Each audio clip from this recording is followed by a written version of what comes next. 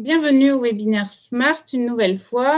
Je vais vous dire juste 2 mots sur comment ça va se passer durant ces 2 heures. On va commencer par un petit retour sur le projet Smart, expliquer voilà, qu'est-ce que le projet Smart.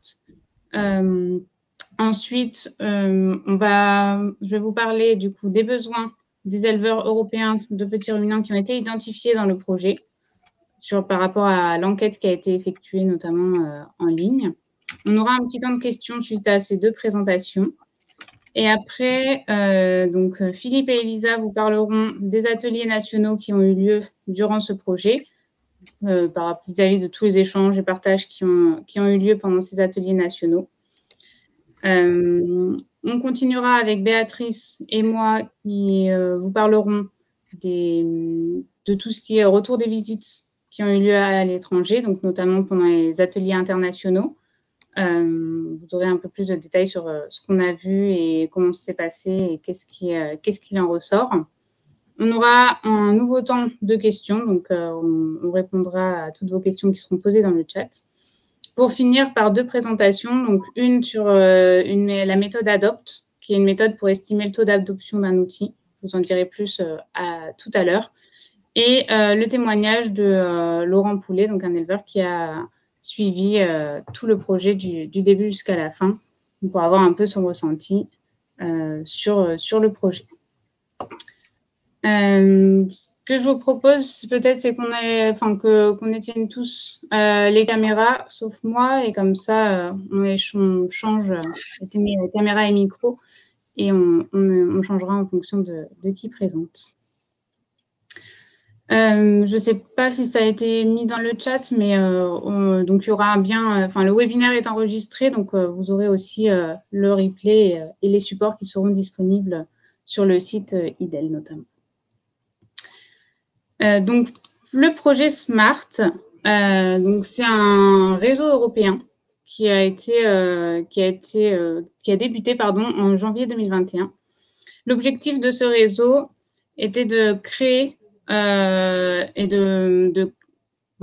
créer un réseau européen. L'objectif de ce projet est de créer un réseau européen autour de l'utilisation des nouvelles technologies et du numérique dans les filières de petits ruminants. Pour encourager tout ce qui est partage de connaissances, adoption autour du numérique et communiquer sur ces outils, sur les outils numériques, entre les éleveurs et les acteurs des filières de petits ruminants, mais aussi entre les différents pays et entre les acteurs des différentes filières. Le projet a débuté, donc, comme je l'ai dit, en janvier 2021. Il a duré un peu plus de 3 ans. Il se termine dans quelques jours, parce qu'on a prolongé un petit peu avec les différentes périodes qu'on a vécues. Il est constitué de 11 partenaires, je vais revenir dessus un peu après, et il concernait donc les 3 filières, ovin lait, ovin viande et caprin. Au niveau des partenaires et des pays, vous les avez ici à l'écran. Donc, on avait les 11 partenaires qui n'avaient pas forcément toutes les filières de représenter dans chaque pays. Il y avait pas mal d'ovins viande, notamment au Royaume-Uni, en Irlande, en Hongrie aussi.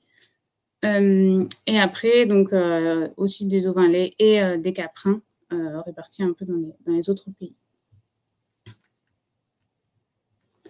Donc, l'idée du projet, c'était d'avancer par étapes. Donc, 4 grandes étapes qui en ressortent.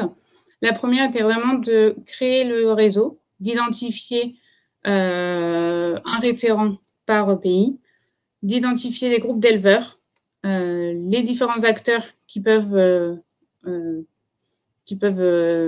être autour de ce groupe d'éleveurs, autour de ce projet, pour échanger ensemble. Et tout cela regroupé dans des événements dans lesquels on peut partager et échanger sur les différentes thématiques.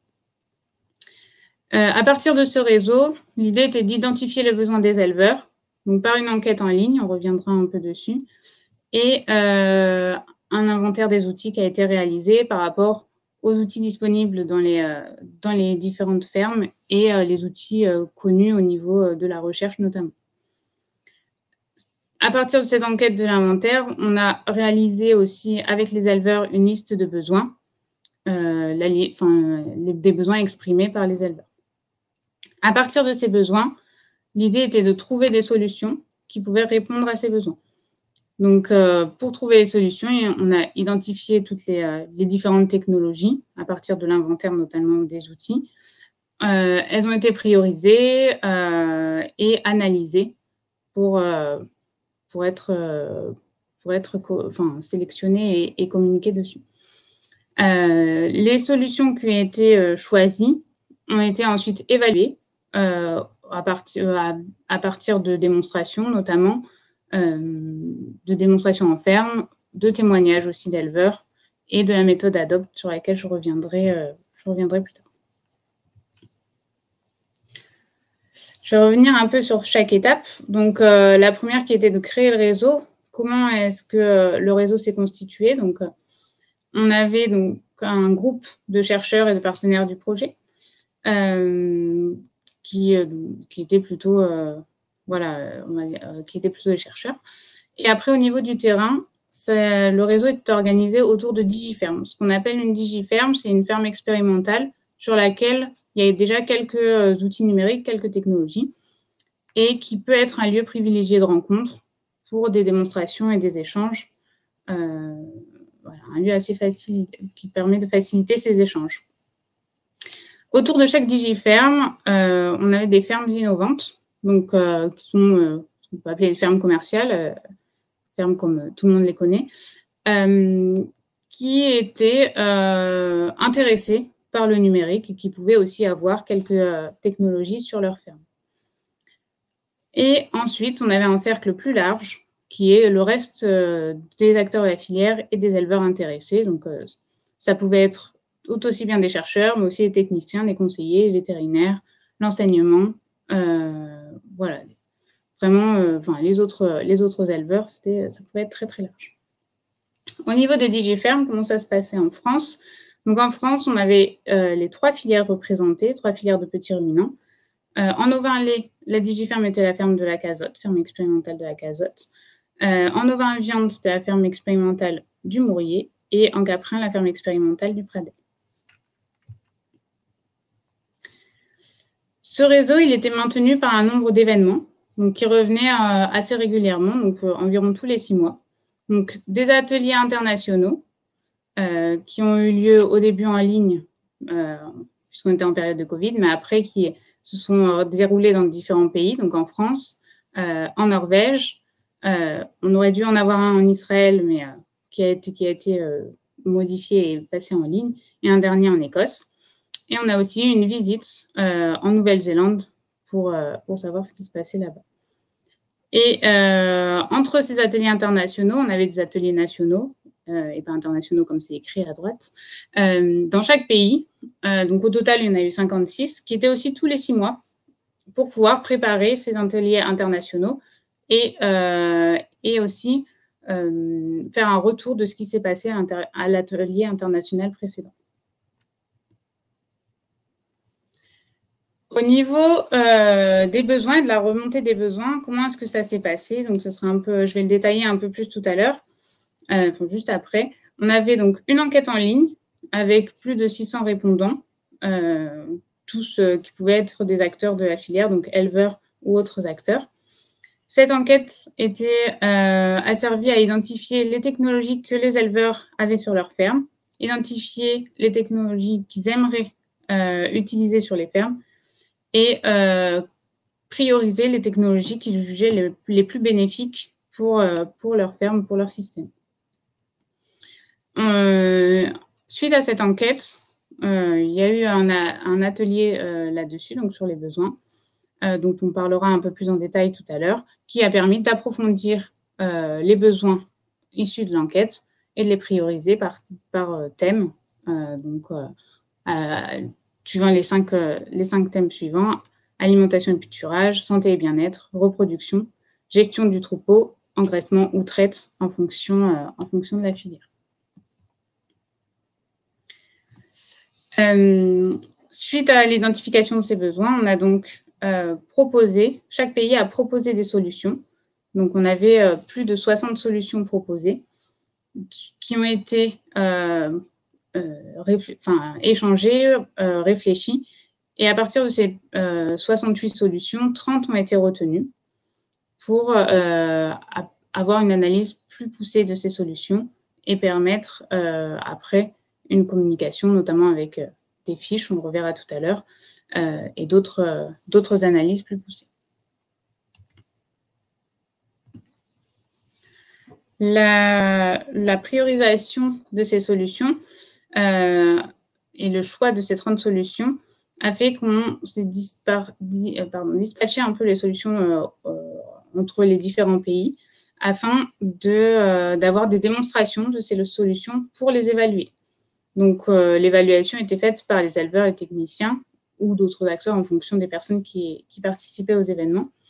L'idée était d'avoir entre 2 à 6 démonstrations par pays pour justement discuter de ces solutions et les évaluer. Une dernière étape très importante du projet, c'est la diffusion.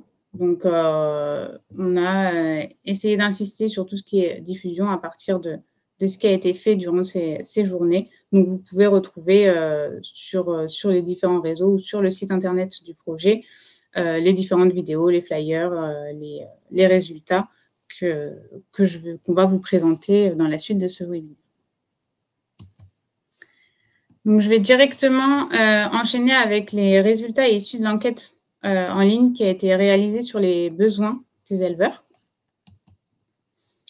Donc, au niveau de cette enquête, on a eu, je vous l'ai dit tout à l'heure, plus de 600 répondants, mais on s'est plutôt focalisé sur les éleveurs. Et on est arrivé à 250 réponses. Pourquoi? Parce qu'on a pris toutes les réponses qui étaient complètes du début jusqu'à la fin du questionnaire. Donc, c'est pour ça que le chiffre a un peu diminué.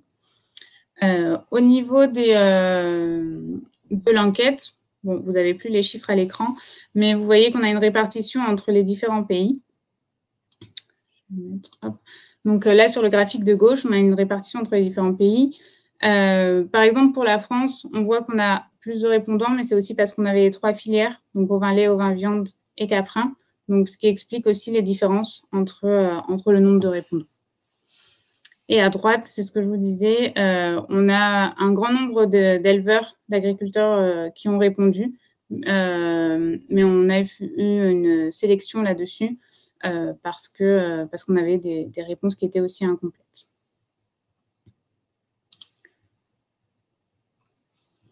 Donc, au niveau des réponses, une des premières questions qui a été posée, donc là, aux éleveurs, on va se focaliser sur les éleveurs, c'est quelle technologie ou outils utilisez-vous sur votre exploitation? Donc, je vous ai mis ici les réponses au niveau européen. On voit qu'une des technologies la plus utilisée est la cage de pesée, donc ici. On peut imaginer qu'il y a un biais quand même au niveau des répondants, puisqu'on avait quand même plus de répondants des filières ovins viande que des filières laitières. Donc, ces résultats sont à relativiser avec ce petit biais. Le deuxième outil qui est ressorti, là, vous le verrez tout à l'heure dans toutes les filières, c'est le logiciel de gestion de troupeau qui en tout cas est très présent sur les différentes fermes. Puis la caméra de surveillance et le bâton de lecture. Il y a des technologies qui sont beaucoup moins répandues, que j'ai mis ici en rouge, donc par exemple les bolus, les clôtures virtuelles, les capteurs de détection de vol, notamment sur le matériel agricole, le drone, les systèmes d'alerte, donc différents capteurs pour les systèmes d'alerte pour les petits ruminants, mais aussi le logiciel de gestion de l'alimentation ou les pistolets connectés pour le traitement des animaux.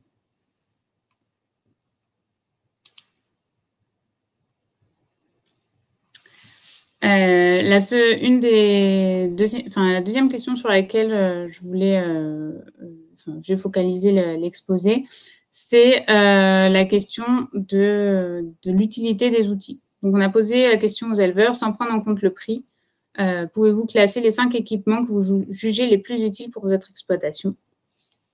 Donc, vous voyez ici sur le graphique, les choix qui étaient classés en premier sont en bleu foncé, ceux classés en 5e en blanc, avec le nuancier de couleur entre les deux. Donc, au niveau européen, on retrouve la cage de pesée en première position, le logiciel de gestion de troupeau en 2e et les portes de tri automatique en 3e. Donc, c'est des outils qui étaient, en tout cas pour les 2 premiers, qui sont présents sur les fermes et que les éleveurs jugent utiles dans leur quotidien. Un outil qu'on peut aussi citer, c'est la clôture, les colliers de clôture virtuelle. En effet, elle arrive en 4e position, mais quand on regarde au niveau des couleurs, on voit que c'est quand même l'outil qui a été classé aussi souvent, enfin voire plus souvent, pardon, que la bascule de pesée en première place. Donc au niveau priorisation, c'est un outil qui est jugé très utile par les éleveurs. Au niveau de cette question, je vais vous montrer les réponses au niveau français, puis au niveau de chaque filière. Donc là, on diminue quand même en effectif, hein, donc il faut, on sait que les résultats ne peuvent pas être représentatifs de toute la France, mais ça donne quand même une petite idée. On voit qu'au niveau français, on a sur les 3 premières technologies, donc bascule de pesée, logiciel de gestion de troupeau et porte automatique, un peu la même tendance, avec quand même des éleveurs qui trouvent ces technologies utiles. Mais il y en a d'autres qui ressortent, notamment les distributeurs automatiques d'aliments ou encore, plutôt pour les filières laitières, les compteurs à lait et les analyseurs de lait. C'est ce qui ressort notamment en filière caprine, hein, on voit qu'on s'approche des résultats au niveau français. Au niveau de la filière ovin-viande, donc là, on rejoint les résultats des 3 premières technologies hein, qui sont partagées par les 3 filières et qui sont partagées par les éleveurs au niveau européen, à savoir l'utilité donc de la cage de pesée, du logiciel de gestion de troupeau et des portes de tri automatiques. 2 autres technologies qui ressortent en 4e et 5e position, c'est la caméra de surveillance et le bâton de lecture pour les filières ovin-viande.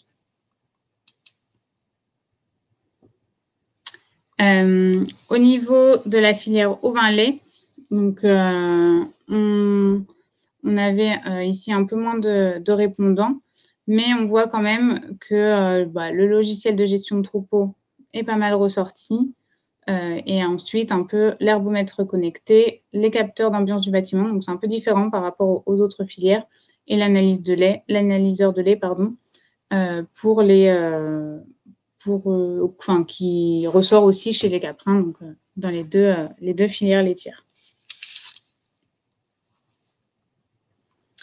Une dernière question sur laquelle je voulais insister, c'est on a posé aux éleveurs de façon un peu différente, si vous pouviez avoir tous ces équipements gratuitement, le ou lesquels voudriez-vous avoir?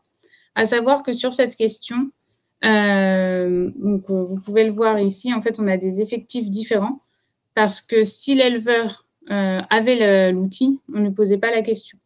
C'est-à-dire qu'un éleveur qui avait des portes de tri automatiques n'avait pas la question est-ce qu'il le souhaiterait sur sa ferme, puisqu'on sait déjà qu'il était équipé. Donc, ce qui veut aussi dire que les plus petits effectifs sont des outils qu'on retrouve le plus sur les fermes, comme je vous l'ai dit tout à l'heure, par exemple la bascule de pesée. Cette question a été posée à 172 éleveurs sur les 250.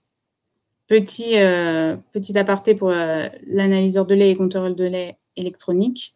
On a un petit effectif parce que ces questions étaient posées qu'aux filières laitières et pas aux filières viande. Donc, sur cette question, donc, au niveau européen, on voit des choses qui ressortent. Donc, ça se recoupe assez avec les premiers graphiques que je vous ai montrés. Donc, les outils que les éleveurs voudraient avoir, ce serait la bascule de pesée, le bâton de lecture, le logiciel de gestion de troupeau, les caméras de surveillance et le logiciel de gestion d'alimentation et les portes de tri automatique. Donc, au niveau européen, comme je vous l'ai dit tout à l'heure, on a quand même ce petit biais de filière viande mais pas mal de technologies se recoupent aussi avec les autres filières. Une technologie qui ne fait vraiment pas l'unanimité, quelles que soient les questions, c'est le bolus. On voit on suppose que les éleveurs se dirigent plutôt vers des technologies qui sont non invasives pour les animaux et peut-être plus faciles à mettre en place ou en tout cas à récupérer.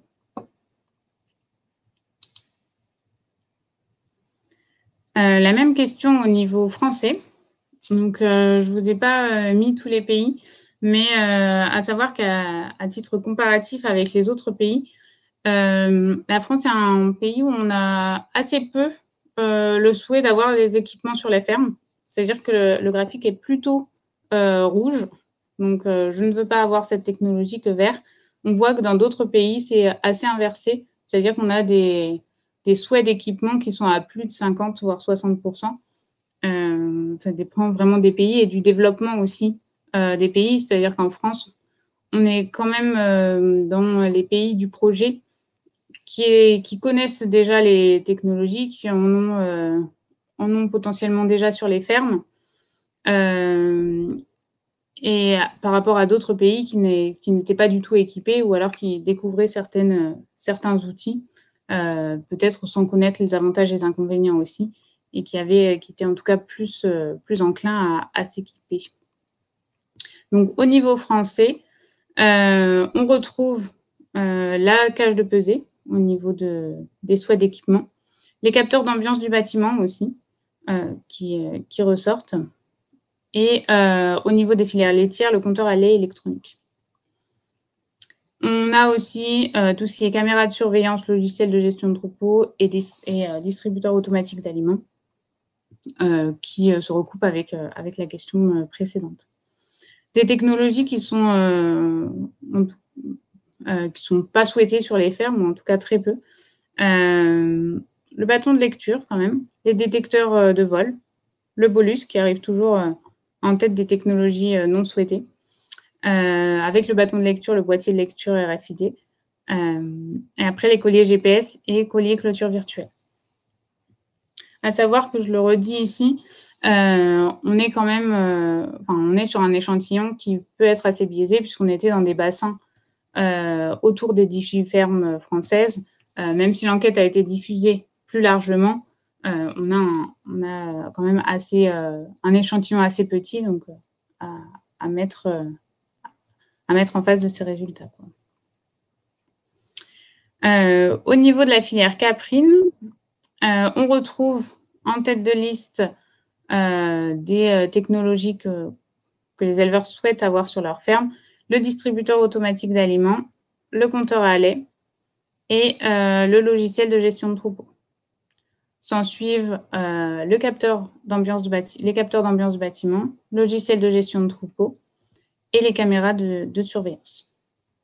Des technologies qui ne paraissent pas utiles, en tout cas que les éleveurs ne souhaiteraient pas avoir sur leur ferme. C'est donc le pistolet connecté pour le traitement des animaux, les portes de tri automatiques, les détecteurs de vol pour le matériel, le bolus ruminal et les colliers GPS. Au niveau de la filière ovin-viande, donc ce qui ressort en positif, ou en tout cas en souhait d'équipement par les éleveurs, ce sont la bascule de pesée, en tête toujours, les portes de tri automatiques, qui souvent sont associées à la cage de pesée, et les caméras de surveillance. Donc là, on a quand même moins de variations. Vous le voyez qu'on a plus de verts qui sont autour de 40%. Donc j'ai pas tout surligné. Mais c'est plutôt, il y a plutôt 3 technologies qui ressortent et après on est assez moyen entre les deux.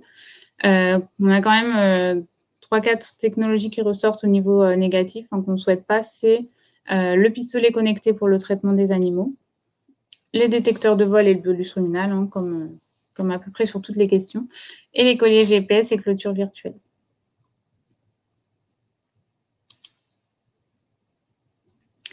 Au niveau de la filière ovin-lait, Donc, on a ici, alors le plus petit effectif, ce qui peut aussi expliquer cette, on va dire, différence au niveau des pourcentages, parce que comme on a moins de personnes, un répondant, en tout cas, a plus de poids sur le graphique.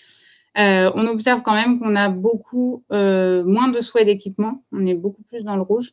Alors, ce qui a été notamment expliqué lors des ateliers nationaux par le fait que la filière laitière est assez structurée et que finalement, les éleveurs ont a priori peu besoin de nouvelles technologies ou en tout cas d'outils sur leur ferme, ou en tout cas pas ceux-là. Il ressort quand même quelques outils qui sont souhaités, hein, les capteurs d'ambiance du bâtiment pour suivi température, hygrométrie des bâtiments, les compteurs à lait électroniques et les logiciels de gestion de troupeaux qui ressortent avec une première place, on va dire, positive autour de 30%, entre 30 et 40%.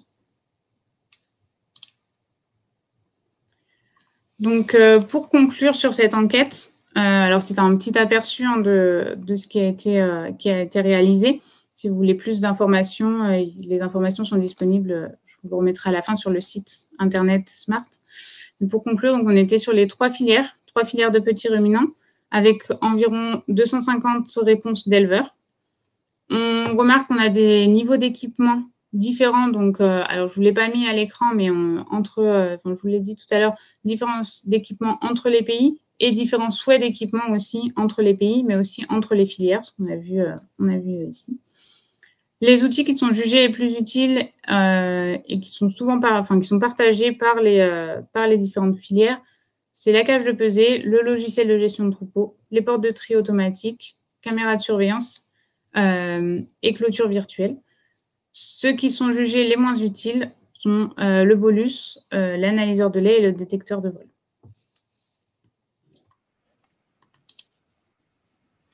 Alors, bonjour à tous. Donc, moi, je suis Philippe Thoré. Je travaille au service production laitière de l'Institut de l'élevage. J'anime Cap Pradel.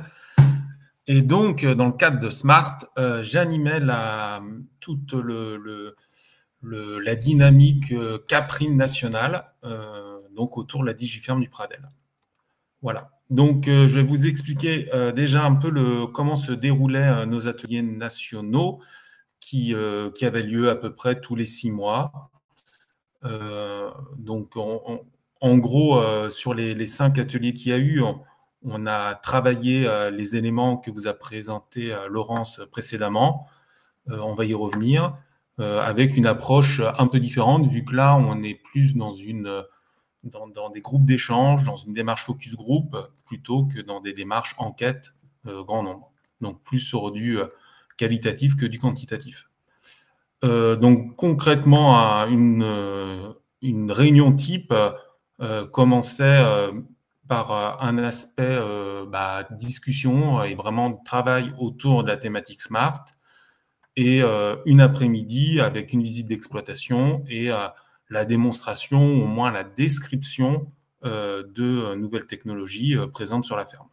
Donc voilà, à la fois des aspects en salle, des aspects concrets, pour que tout le monde s'y retrouve, et avec forcément des aspects de convivialité, parce que ça fait partie des échanges.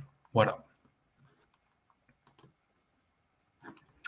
Donc, au niveau des besoins, beaucoup des besoins qui ont été remontés lors des groupes correspondent à ceux de l'enquête grand nombre, donc autour des mêmes thématiques. Mais les discussions entre éleveurs et avec quelquefois l'apport de techniciens permettaient d'aller un peu plus loin et de creuser un peu plus certaines thématiques. Donc notamment dans notre groupe Caprin, on a pu approfondir, discuter sur les aspects pâturage, sur l'aspect clôture virtuelle. C'est là où on a commencé cette démarche-là. On va voir par la suite comment ça s'est concrétisé. On a eu aussi des discussions sur les aspects comportement, sur les aspects bien-être, comment on peut détecter les interactions sociales. Donc, on a pu discuter de l'intérêt d'étudier ou d'avoir des connaissances comme ça dans le troupeau, sur le bien-être, sur la santé plutôt, sur les aspects détection précoce des maladies, comment on pouvait espérer des détections précoces, par quels moyens, quelles technologies. sur la repro, donc beaucoup de choses sur la détection des chaleurs, pour pouvoir continuer les IA sans synchronisation hormonale. Voilà, donc des choses comme ça, des choses pour aussi mieux connaître les performances des animaux au niveau de la traite, au niveau des pesées. Donc voilà, des discussions assez intéressantes et qu'on a mis en fait en lien avec des solutions qui ont été remontées dans le cadre du projet. Et donc, voilà, 30 fiches ont été rédigées dans les 7 langues du projet, donc notamment en français, donc que vous pouvez retrouver sur le site. Laurence vous donnera les coordonnées. Et donc, ça donne un descriptif des technologies qui peuvent répondre à des besoins des éleveurs. Voilà. Ensuite, une partie intéressante, peut-être la plus intéressante d'ailleurs, du projet, c'était les démonstrations sur les fermes et les digifermes. Donc, effectivement, ça permettait de mettre vraiment en test des solutions innovantes ou en tout cas peu utilisées dans les fermes ou en tout cas pas dans notre pays. Donc, nous, concrètement, sur la filière caprine, on a testé les clôtures virtuelles avec le dispositif norvégien NoFence. Donc, c'est assez simple. Ça consiste à équiper les chèvres d'un collier connecté au GPS. On dessine l'aire sur lesquelles doivent rester les chèvres. Et les chèvres sont averties quand elles s'approchent du bord de l'aire, de la frontière, au début par un son, puis par éventuellement une petite décharge. Voilà, donc ça c'est le principe. Et donc à travers cet essai-là, on a pu voir un peu beaucoup de choses au niveau des nouvelles technologies. Alors déjà, l'aspect curiosité de la part des éleveurs, et par rapport aussi des équipes du Pradel.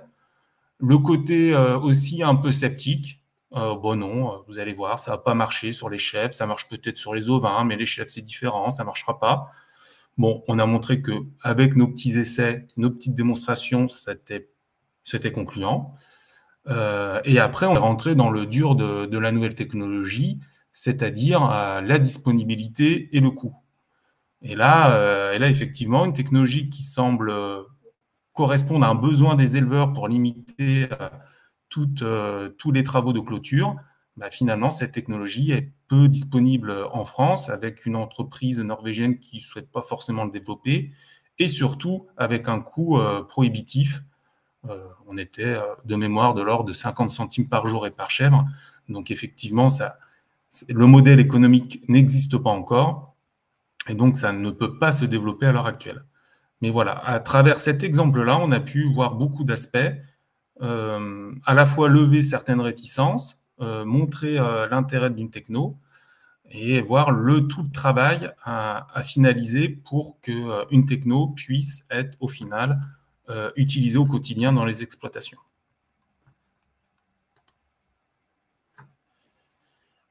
Alors, en avançant dans le projet, on a aussi testé la méthode ADOPT.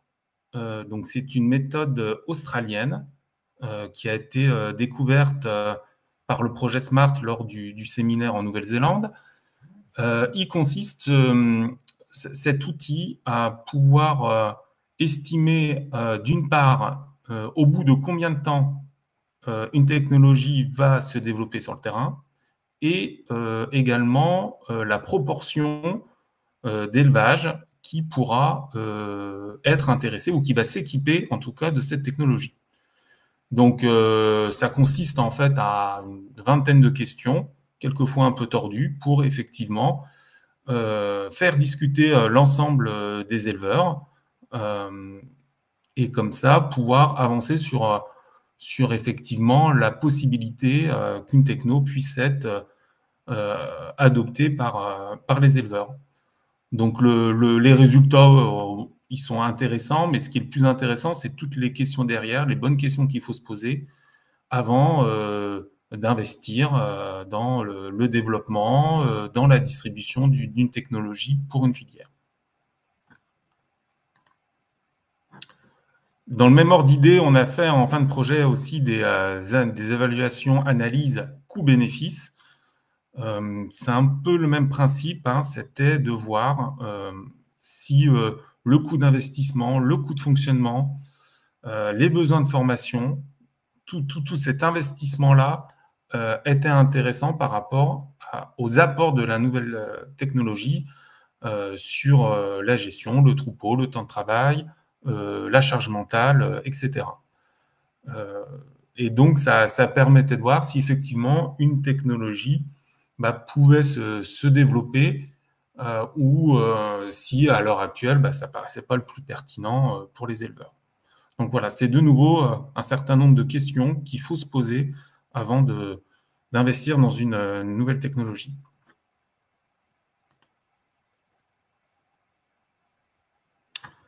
Là, je laisse la parole à Elisa. Oui. Alors bonjour à tous, Elisa Penny, je suis chargée d'études au CIRPO, donc sur la ferme du Mourier, qui est une digiferme située au sud de Limoges. C'est une digiferme ovin-viande. Et donc en fait, en lien avec ces ateliers nationaux, 2 types de journées ont été organisées sur le terrain. Donc d'abord, on avait des formations dans les digifermes. Donc une digiferme, c'est une ferme de démonstration, une ferme expérimentale ovino-caprine qui utilise des outils numériques. Donc en fait, à un groupe de 8 ou 10 éleveurs, on a présenté des outils numériques qui étaient présents sur cette ferme et on a fait aussi des démonstrations. Donc là, c'était plus des outils qui étaient vraiment innovants, des outils du matériel expérimental. Et en fait, lors de ces journées, les éleveurs avaient la possibilité donc de tester les outils en situation réelle, d'apprendre à les utiliser sur le troupeau et aussi apprendre à télécharger et à analyser les données qui étaient collectées par ces outils. Et donc, un autre type de journée de terrain qui était organisée, c'était des journées de démonstration, mais là, c'était dans des élevages. Donc dans des fermes innovantes, donc des exploitations commerciales ovino-caprines, qui, eux, avaient des outils numériques. Donc là, on était vraiment sur des outils numériques qui étaient commercialisés. Donc c'était des groupes qui étaient un peu plus petits, des groupes de 2 à 6 éleveurs. Et l'intérêt de ça, c'était d'avoir un retour d'éleveurs qui utilisaient ces technologies innovantes, qui pouvaient témoigner de la manière dont ils utilisaient cet outil. Et donc, vraiment, ça permettait beaucoup de discussions. Donc, le groupe de 2 à 6 éleveurs, ils avaient la possibilité donc, de voir l'outil, mais ils n'avaient pas la possibilité de le tester. Mais il y avait une démonstration de l'outil et ils pouvaient après échanger sur les problématiques éventuelles de cet outil. Donc, lors de ces journées terrain, un questionnaire donc, était rempli par ces groupes d'éleveurs.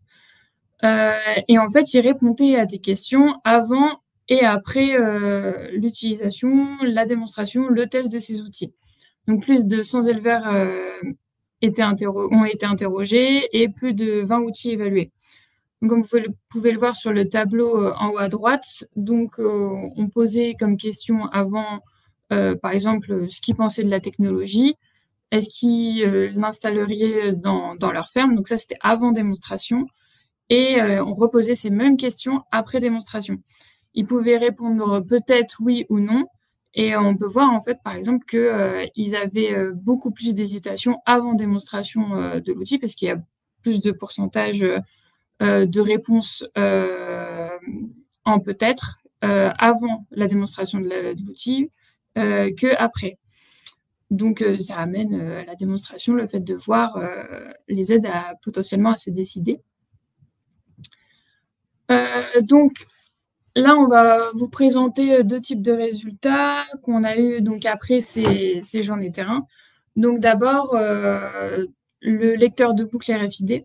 Donc là, en fait, il y a pas mal de pays qui étaient représentés. Il y avait donc le Royaume-Uni, la Norvège, l'Irlande, la Hongrie et l'Estonie. Et l'outil était un peu connu, donc notamment de la Norvège, de la Hongrie et de l'Estonie, puisqu'il y avait des éleveurs qui avaient déjà cet outil. Donc il y en avait plus qui ne l'avaient pas, mais il y en avait quand même qui en avaient. Et donc, on a posé une question qui était « Souhaitez-vous investir dans cet outil ?» Donc, et cette question a été, comme je vous le disais, posée avant démonstration et après démonstration. Et donc, on peut voir que il y a moins d'éleveurs qui ont répondu non après démonstration. Pareil pour le peut-être. Donc, comme je disais, ça réduit l'hésitation de certains éleveurs qui potentiellement ne connaissaient pas l'outil ou comment il fonctionnait. Et après démonstration, il y en a plus qui voulaient et qui souhaitaient investir dans cet outil. Et ensuite, donc, on a eu aussi le même cas dans les 2 clôtures virtuelles. Donc là, on est vraiment sur un outil très innovant qui n'était pas... Enfin, là, on est sur la Norvège et la France, mais il n'y avait aucun éleveur qui avait déjà cet outil, donc il le possédait. Et c'était vraiment un outil, pour le coup, qu'ils ne connaissaient pas. Donc, pareil, on a posé les mêmes questions avant et après. Donc, après démonstration, il y a un pourcentage, enfin, il y a plus d'éleveurs qui ont répondu non qu'avant. Pour le peut-être, c'est pareil, ça a diminué l'hésitation. Et pour le oui, ça a augmenté quand même drastiquement. En tout cas, les Norvégiens se sont positionnés sur le oui. Et c'était plus des Français qui ne souhaitaient pas investir après démonstration dans cet outil.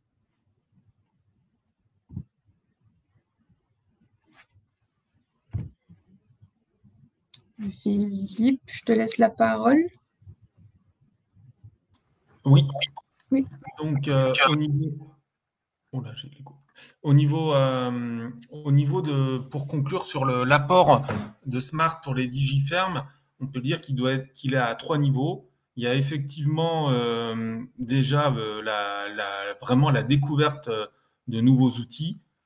C'est vraiment la possibilité de les tester. On a un cadre pour faire venir les éleveurs, pour montrer des choses innovantes qui sont peut-être pas les plus adaptées pour le moment pour différentes raisons, mais en tout cas qui à l'avenir vont pouvoir se développer et apporter un vrai plus aux exploitants.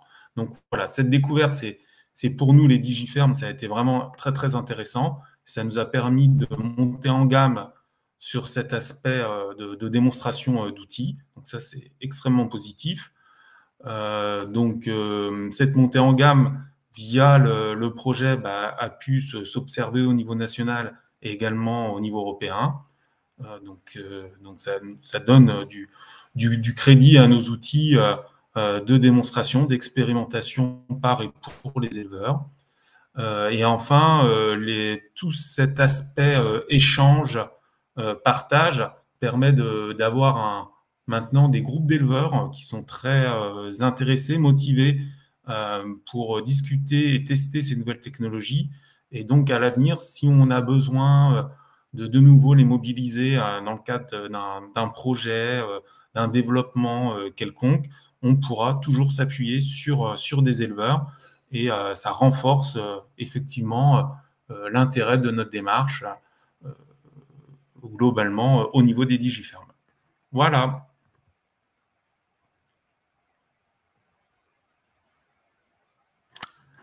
Donc,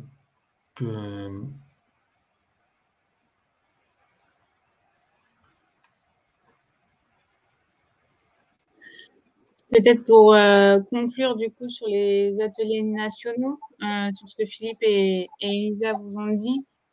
Donc, on était à 5 ateliers nationaux, comme je vous l'ai dit au début, par pays et par filière. Donc, en France, c'est-à-dire qu'on a, enfin, tout au long du projet, pardon, c'est-à-dire qu'en France, on a eu 5 ateliers en ovin-viande, 5 ateliers en caprin et 5 ateliers en ovin-lait. Donc, tous les 6 mois sur un thème précis, comme l'a précisé, comme l'a redit Philippe tout à l'heure. L'objectif principal, c'était vraiment d'avoir une approche multi-acteurs, d'échanger, de partager les connaissances entre les éleveurs, mais aussi avec les chercheurs, les techniciens, et d'avoir un moment convivial, de partager dans la bienveillance tout ce qui touche aux nouvelles technologies, aux outils numériques. Et ça demandait donc forcément un investissement de chacun, des éleveurs pour se mobiliser pour venir, des organisateurs pour organiser les événements. Mais c'est ce qui fait en tout cas la réussite de ces événements, c'est l'investissement de tout le monde, qui n'est pas toujours facile d'ailleurs. Tout le monde ne peut pas toujours se libérer. Donc, c'est un compromis à trouver. Aussi, un dernier point sur ces ateliers nationaux, comme l'a bien souligné Philippe, c'était aussi un moment pour pouvoir faire des démonstrations d'outils, discuter sur les outils qui ont été choisis dans le cadre du projet, mais aussi par les éleveurs, parce que tout ce qui a été choisi et partagé dans le projet au niveau international, au niveau européen, ça émane de chaque réunion nationale, donc de chaque pays, de chaque groupe d'éleveurs. Donc on avait quand même un choix assez ouvert sur les technologies sur lesquelles on voulait discuter. Et après, ça a permis aussi de tester, et en tout cas de mettre en œuvre des méthodes pour analyser ces solutions.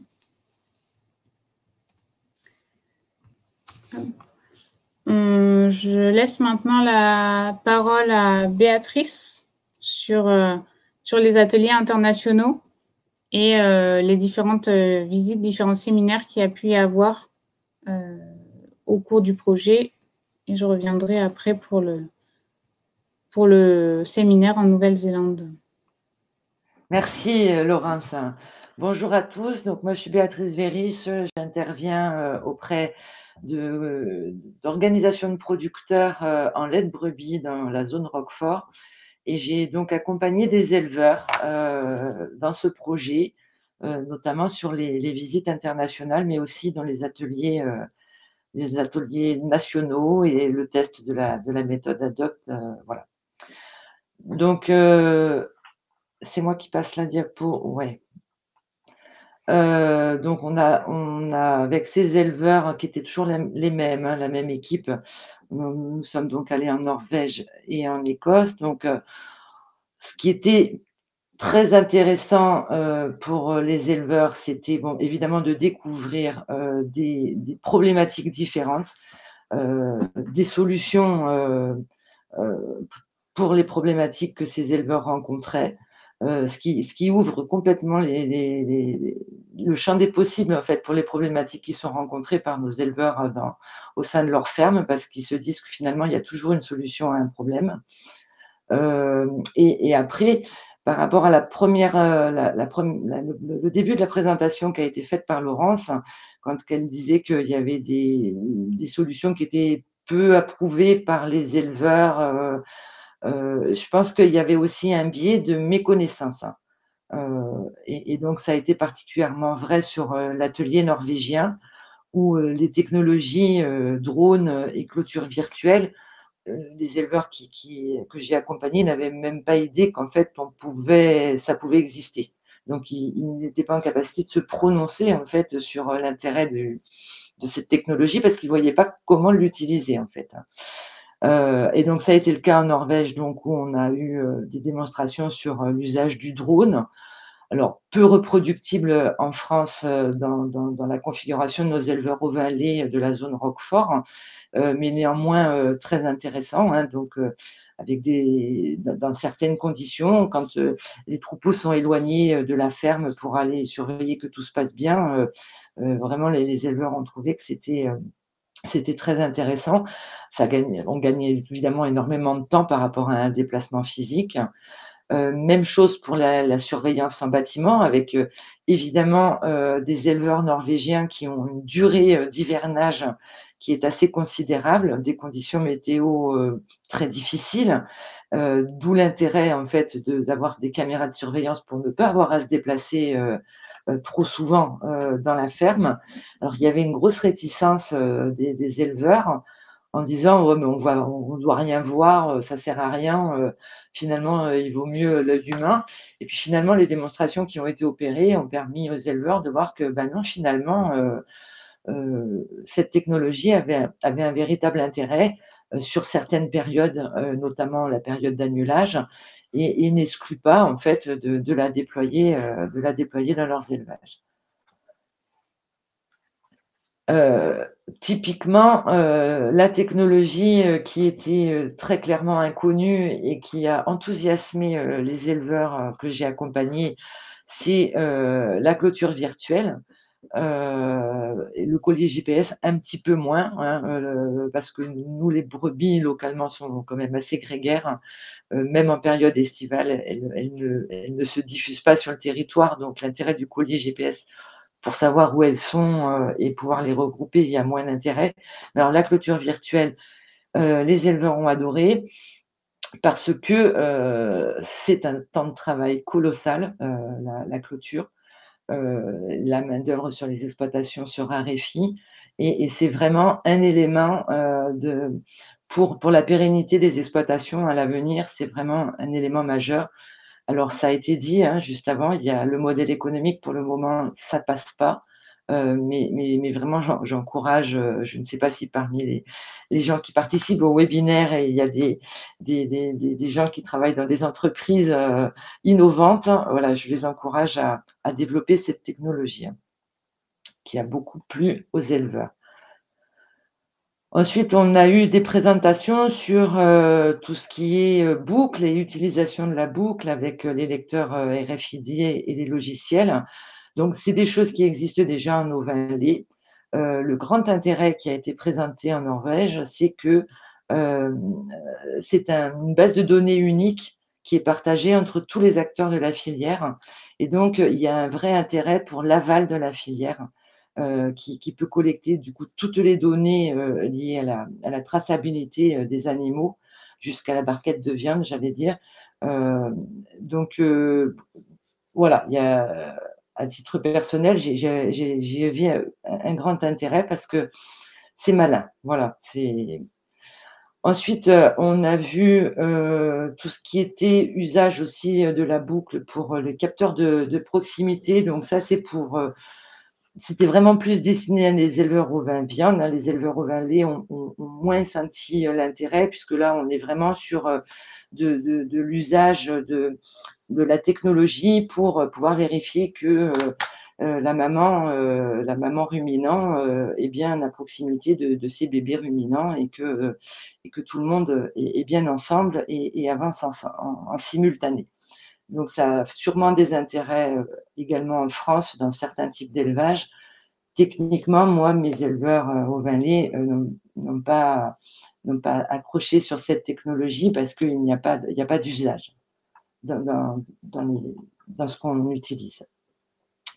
Voilà, alors la Norvège, ce qu'il faut en retenir, c'est que ce sont de grands espaces, des fermes très très grandes, un peu sur le modèle des fermes des Pyrénées, elles sont en couloir en fait, elles partent de la zone basse et elles vont jusque la zone haute, et donc le pâturage monte au fur et à mesure de la pousse de l'herbe. Des bâtiments plutôt bien conçus, plutôt petits. Les éleveurs ont été étonnés de la densité d'élevage, de la densité des animaux dans l'élevage, mais bon, qui doivent résister à des conditions climatiques très rudes. Donc, on sent un vrai investissement dans le bâtiment d'élevage. Donc, ensuite, on est allé sur l'Écosse. Là encore, on était plutôt sur de l'ovin viande. Bon, néanmoins, ce qui était très intéressant pour mes éleveurs ovins-lait, c'est que bon, ils y allaient en sachant qu'on ne verrait pas d'élevage ovin-lait, mais ils ont pu en fait faire des translations d'usage actuel pour les ovins-lait sur certaines périodes de l'année pour eux leur élevage en ovin-viande. En ovin-lait. Et c'était vraiment intéressant parce qu'ils disaient ah ça, nous on n'en a pas besoin pour ça, mais on pourrait peut-être l'utiliser pour. D'où l'intérêt de ces organisations et de ces réseaux à la fois internationaux mais à la fois interfilières, parce que finalement ça permet de décloisonner les choses et on se rend compte qu'il y a plein de partages possibles, notamment sur la technologie, mais finalement pas que. Donc, ce qu'on a vu là-bas, c'était les mesures d'émissions de méthane et de CO2 en fonction donc, des rations alimentaires, des races. Donc là, on est vraiment dans de la recherche fondamentale sur cet équipement qui a été vu. Les éleveurs ont été un peu surpris d'une recherche dans cette direction, parce qu'il s'agit d'éleveurs au vin lait pour la filière Roquefort et eux se disent, quel que soit le résultat de la mesure, finalement, on n'aura pas d'option d'évolution puisque la race est inscrite dans le cahier des charges et que la brebis, elle doit sortir au pâturage. Donc, même si les résultats sont peut-être moins bons que d'autres races, il y aura des évolutions difficiles. Donc, ils ont eu un peu d'inquiétude, en fait, sur la présentation de l'usage de cette technologie. Concernant le piège à faune sauvage qui a été présenté, il a beaucoup intéressé les éleveurs parce qu'en fait, ça vise à démontrer que la biodiversité est complètement maintenue, voire développée, quand on a une pratique d'élevage et spécialement de pâturage. Et donc, ça fait partie des éléments qui peuvent être utilisés pour démontrer tout l'intérêt de l'élevage et son maintien et probablement son soutien au niveau des instances dirigeantes. Sur la cage de pesée et de tri automatique, qui revient à peu près à ce que à l'équipement à côté aussi, là, le combi clamp, c'est typiquement le genre de matériel qui est quand même plutôt destiné à des élevages ovins-viande, parce qu'il n'y a pas de pesée en lait de brebis. En revanche, ils y ont tout de suite vu, les éleveurs, un détournement d'usage en disant: «Ah mais c'est quand même super pratique et on pourrait en avoir un usage pour des soins, pour de la mise en place de pédiluves, pour orienter les brebis vers un couloir de soins ou une zone de pédiluve». Et donc, voilà, ils ont été très intéressés par l'usage de la technologie, un peu détourné en fonction de leurs problématiques à eux qu'ils trouvent dans leurs élevages au vin lait. Concernant l'antenne et les boucles ultra haute fréquence, donc là, on était sur une présentation d'un projet de technologie qui vise à détecter rapidement des difficultés au niveau de l'élevage, donc des détections précoces de problèmes à travers en fait des comportements des animaux, le comportement à l'abreuvement, le comportement alimentaire. Et là encore, il y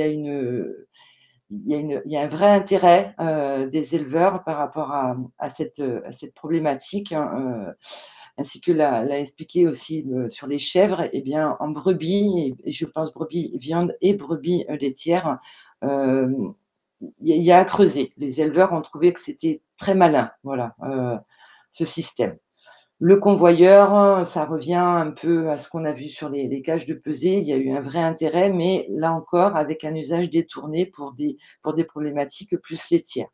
Ce qui est plutôt une bonne nouvelle, en fait, tout à coup. Ça veut dire que les concepteurs de technologie ont un vrai intérêt à creuser sur du multifilière leurs inventions.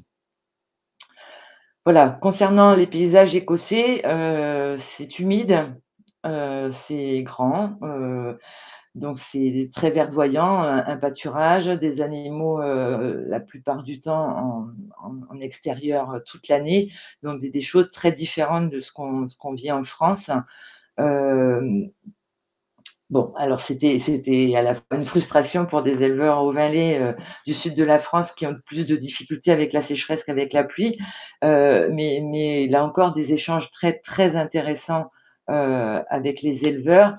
Et donc ce qu'il faut souligner aussi dans ces ateliers internationaux, donc c'est tous les échanges qu'il peuvent y avoir entre éleveurs sur les moments, à la fois à l'intérieur des ateliers, mais à l'extérieur des ateliers, hein, parce qu'on sent qu'il y a une vraie dynamique et une vraie curiosité des difficultés en fait qui n'existaient pas à un certain moment. Alors je pense au réchauffement climatique difficultés qui n'existaient pas ou peu dans une zone, alors qu'elles existaient depuis longtemps dans une autre zone. Et on s'aperçoit que ces échanges, ça permet aussi de gagner du temps pour répondre aux difficultés rencontrées par les éleveurs.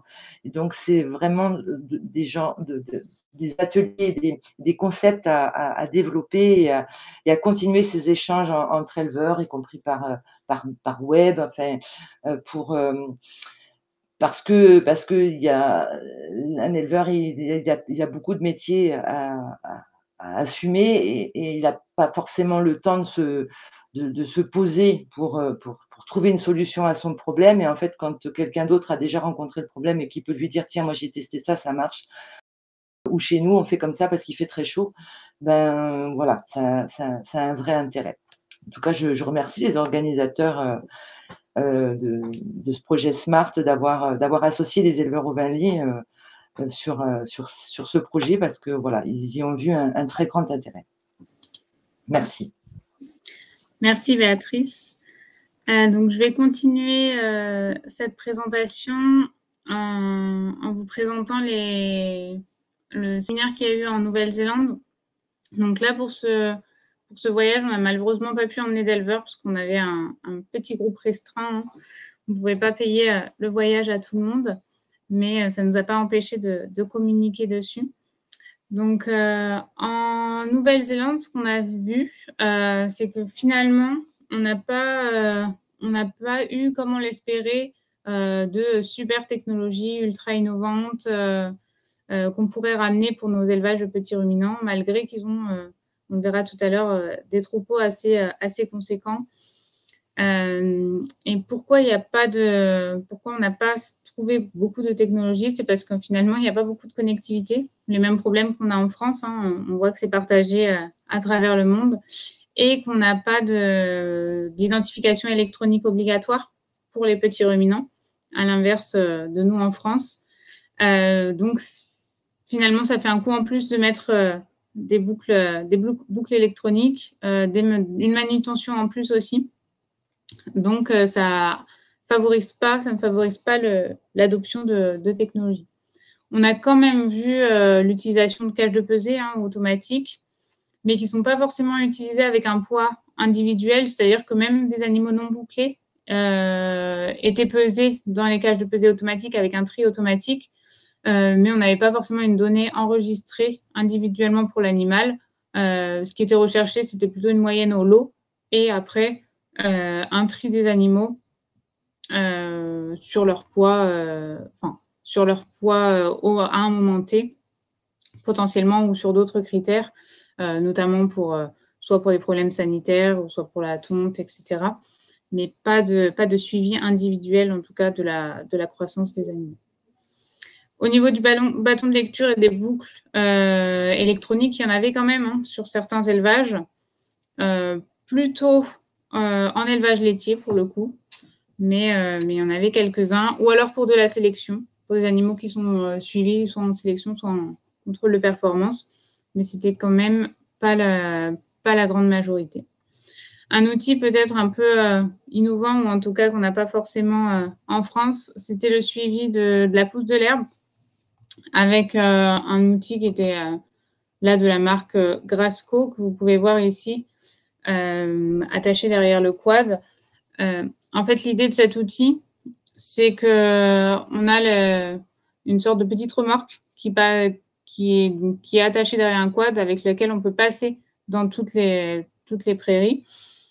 Et au milieu de cette remorque, l'herbe et la hauteur d'herbe est mesurée. Ce qui ressort en fait de cet outil, c'est un indice, c'est pas une hauteur d'herbe à proprement parler. Donc, il faut quand même un temps de calibrage, c'est-à-dire de savoir à quoi correspond l'indice. Est-ce que par rapport à la ferme qu'on a, est-ce qu'un indice faible, ça correspond à une telle pousse et densité de l'herbe? Donc, l'éleveur nous disait qu'il y avait à peu près 1 an de calage pour comprendre à quel indice il fallait mettre les animaux sur les parcelles, les enlever, etc. Mais que c'était un outil pertinent, en tout cas pour le suivi de la pousse de l'herbe, qui là-bas en Nouvelle-Zélande et on va dire le plus important, Les éleveurs sont aussi des managers de la pousse de l'herbe, avant tout, parce que c'est quasi 90% des brebis, voire 95% des brebis qui sont en extérieur. Au niveau des filières laitières, il y a un attrait pour le suivi de la génétique et l'amélioration des races, parce que je vous le dis, on reviendra un peu dessus après, mais la filière laitière ovin-lait est assez récente en fait en Nouvelle-Zélande. Et du coup, il y a pas mal d'équipements dans ces fermes, compteurs à lait, mais aussi cage de pesée, suivi des animaux avec les logiciels de gestion de troupeaux, pardon, pour justement continuer, en tout cas améliorer la sélection de ces races. Donc on n'aura pas le temps de passer sur toutes les fermes présentes, qu'on a visitées en Nouvelle-Zélande. J'en ai juste sélectionné quelques-unes.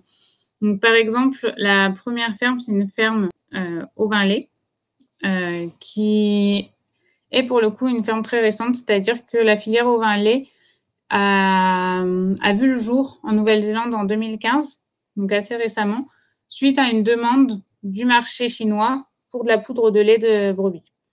Donc, c'est vraiment une filière qui a été créée par notamment l'organisme Spring Sheep Milk. Ils ont créé leur race, que vous voyez ici en photo. Ils ont créé leur système d'élevage, c'est-à-dire que l'objectif, c'est d'avoir 50 hectares de pâture pour 900 brebis laitières. Pour le moment, les fermes étaient autour de 350 litres de lait par brebis par an, en sachant qu'il y avait un objectif de doubler cette production, notamment par l'amélioration de la sélection. C'est un modèle qui, depuis 2015, fonctionne et qui est dupliqué en fait de ferme en ferme. Au début, il y avait 2 ou 3 fermes qui ont commencé comme ça. Et maintenant, dès qu'une ferme veut s'installer, ça fait penser presque à une filière intégrée. Alors, moins que nos filières veaux, par exemple, en France, mais ça fait penser un peu à ça, où chaque éleveur qui s'installe est, en tout cas, très entouré, aidé pour son installation et conseillé sur les équipements et l'installation. Au niveau du troupeau, donc c'est assez étonnant par rapport à ce qu'on peut voir en France. On avait des brebis qui avaient une NEC très élevée, une note d'état corporel autour de 4, 4,5, qui était stable toute l'année. Donc c'est vraiment des grosses brebis, avec un système qui est similaire aux brebis viande en Nouvelle-Zélande, avec une mise bas seulement par an.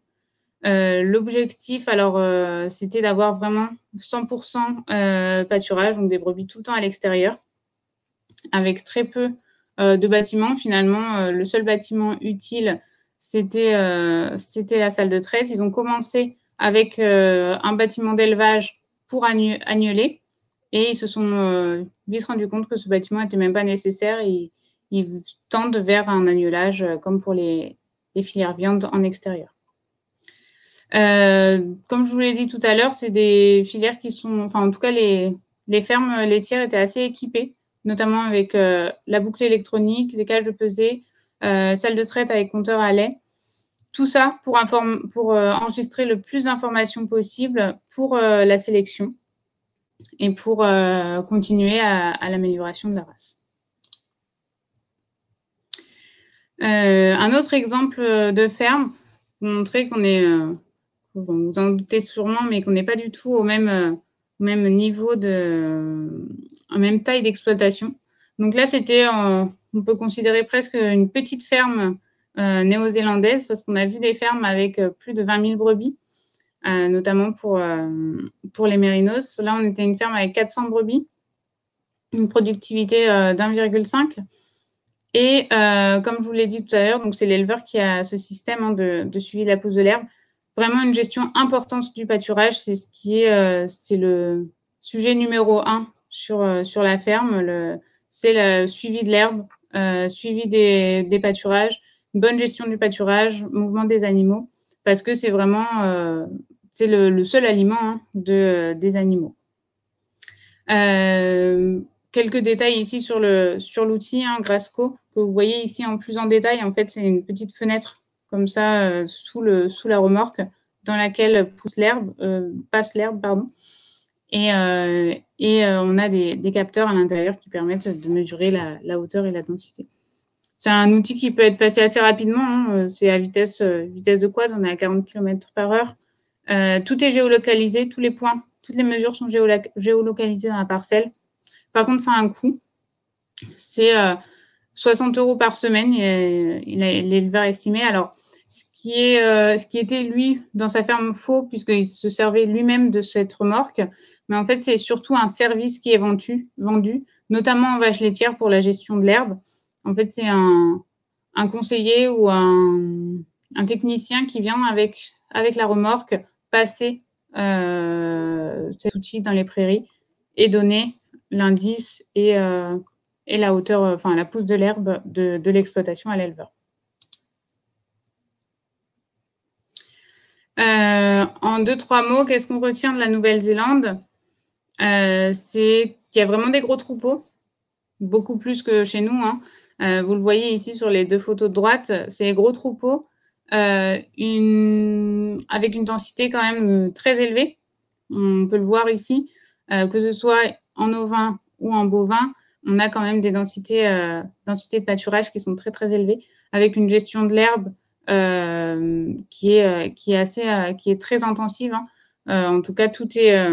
Alors, on a le côté extensif par le fait que les animaux soient dehors, mais on a quand même le côté intensif par le chargement et par la gestion de l'herbe et le niveau d'intrant aussi qui pose quand même question et qui est en train de poser problème à la Nouvelle-Zélande. Et malgré cette grande taille de troupeau, hein, on n'a finalement pas beaucoup de technologie.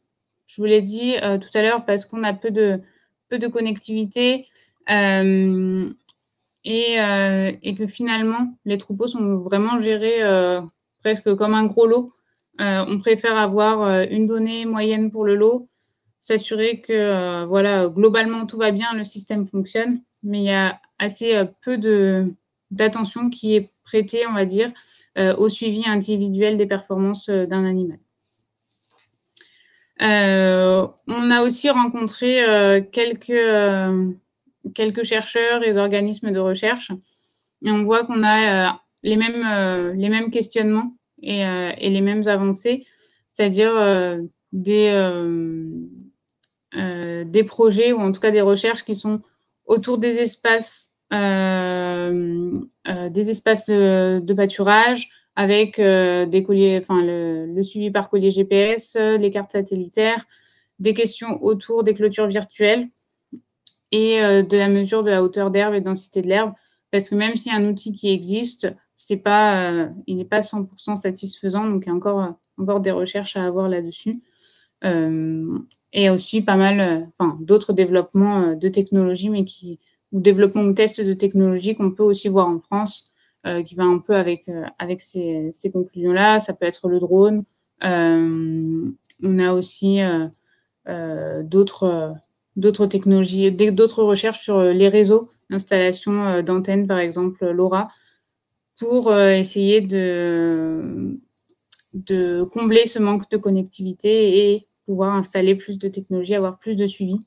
Parce que malgré qu'il n'y ait pas beaucoup de technologie, les éleveurs étaient quand même ouverts, ou en tout cas intéressés pour pouvoir s'équiper, alors sans s'équiper dans l'excès, parce qu'il y en a qui revenaient aussi en arrière, hein, qui nous ont dit, notamment sur une autre ferme laitière, mais voilà, là j'ai mis un roto, il y a des compteurs à lait, finalement, si c'était à refaire, il ne mettrait ni compteur et à réfléchir pour le roto, donc voilà, ça part un peu dans les deux sens sur les technologies.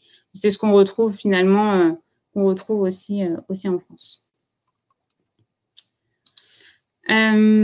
Pour finir sur cette partie, je vous propose aussi de regarder une petite vidéo sur l'atelier international qu'il y a eu en France, qui résume assez rapidement qu'est-ce qu'est-ce qu'un atelier international et qu'est-ce que ça a donné chez nous en France.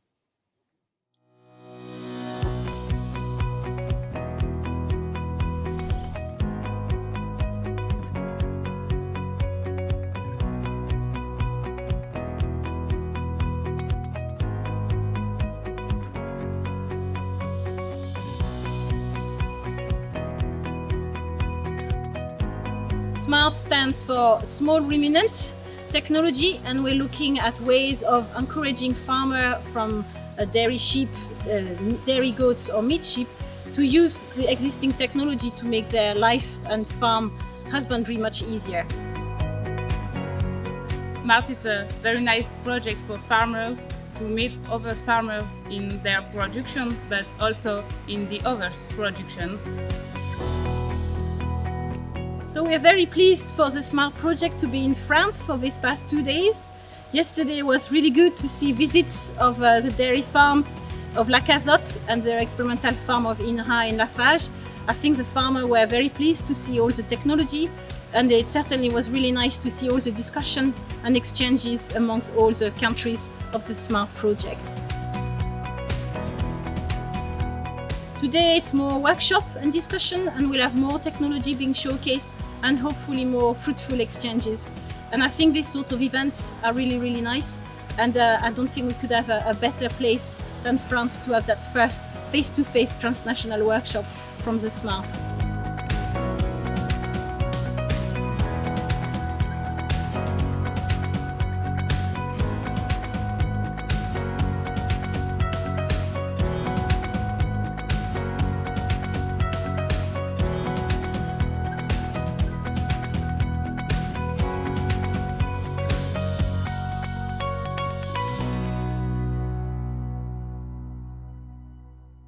Alors, juste pour finir, du coup, sur les ateliers internationaux, c'est un peu ce qui est ressorti aussi dans la vidéo que vous pourrez aller voir, du coup, à la suite des webinaires. Et Béatrice l'a aussi dit, hein, c'est que les ateliers, qu'ils soient nationaux ou internationaux, mais c'est d'autant plus vrai, en fait, sur les ateliers internationaux, ou en tout cas à l'échelle européenne, c'est que c'est du partage, beaucoup de partage, des présentations aussi, parce qu'on a parlé beaucoup de démonstrations, de visites de nouvelles technologies, mais on n'a pas toujours la démonstration qui est possible. Donc, il y avait aussi des ateliers, en fait, en petits groupes qui permettaient de présenter une technologie, une méthode, de travailler dessus, de réfléchir sur les inconvénients, de voter, savoir est-ce que c'est une technologie qui serait utile pour nous et d'en discuter. Et ça permettait en fait de croiser aussi entre les différents pays, parce que tous les pays pouvaient présenter une solution qui venait de leur pays à tous les groupes d'éleveurs présents sur le séminaire. Et il y a eu pas mal d'échanges là-dessus. C'est aussi ce qui est ressorti dans les points positifs des éleveurs, c'est de pouvoir échanger, donner leur avis, poser des questions, confronter les différentes opinions. Et aussi beaucoup de moments, on va dire, annexes, c'est-à-dire les moments des pauses, des repas. C'est des moments qui étaient privilégiés pour pouvoir discuter entre les filières, entre les éleveurs, entre les pays, même si on a quand même la grosse contrainte de la langue, hein, il ne faut pas se le cacher. Mais on essayait de faire au mieux et de traduire au maximum pour pouvoir justement encourager ces échanges et que ça puisse être fait au maximum et que les éleveurs y trouvent leur compte dans les discussions. Alors, je crois qu'il y a quelques questions. On a un petit temps de questions. On va prendre quelques questions. Je ne sais pas si Philippe, tu as regardé les questions ou pas encore. Il y avait une question sur les croisements, je pense, par rapport à ce que tu as raconté en Nouvelle-Zélande avec les ovins-laits. Ouais. Alors, pourquoi ce croisement? C'est une bonne question. Ils nous ont dit qu'ils avaient sélectionné les critères qu'ils souhaitaient, donc d'avoir des brebis robustes qui pouvaient être dehors, qui produisaient quand même du lait, suffisamment de lait. et voilà, qui pouvait s'adapter finalement aux contraintes de Nouvelle-Zélande. C'est donc des races qu'on connaît, hein, mais qui a été un peu remaniée et qui s'adapte finalement aux conditions de la Nouvelle-Zélande. Après, il n'y avait pas forcément, on n'a pas forcément eu de réponse précise. Ça a été aussi un travail, et c'est toujours un travail d'amélioration, de sélection de cette race pour aboutir à une brebis qui souhaite vraiment et qui est 100% adaptée aux conditions néo-zélandaises. Mais voilà. Après, il y a peut-être d'autres questions. Par rapport aux clôtures virtuelles, quel est le coût typique de maintenance des clôtures pour un éleveur au vin lait? Alors là, je ne sais pas si Béatrice a la réponse. Moi, je ne l'ai pas forcément. Je n'ai pas en tête, en tout cas, le coût de maintenance des clôtures, que ce soit en au vin lait ou dans les autres filières. Souvent, les éleveurs me disent que ça coûte cher et que ça prend du temps. Mais de donner un chiffre comme ça, je ne l'aurais pas. Non, je suis comme toi, j'ai pas de réponse toute faite. C'est surtout le temps de travail plus que de la maintenance, même si en période creuse, ils refont les clôtures. Ils refont les clôtures extérieures, j'allais dire, mais le gros du travail, c'est la subdivision en petits parcs pour le pâturage quotidien, quoi. Donc, il y a sur l'investissement de départ avec le fil, la clôture, parce que souvent c'est au fil avant, fil arrière, et puis le quotidien où il faut bouger la clôture pour que les brebis aient à disposition une nouvelle herbe chaque jour ou chaque 2 jours. Et donc, par rapport à la clôture virtuelle, le coût acceptable, ce serait au moins moitié moins de ce que ça coûte aujourd'hui. Oui, la difficulté avec les clôtures virtuelles, c'est que finalement, il faut un collier par animal et que le coût d'abonnement est quand même assez assommant. Après, ça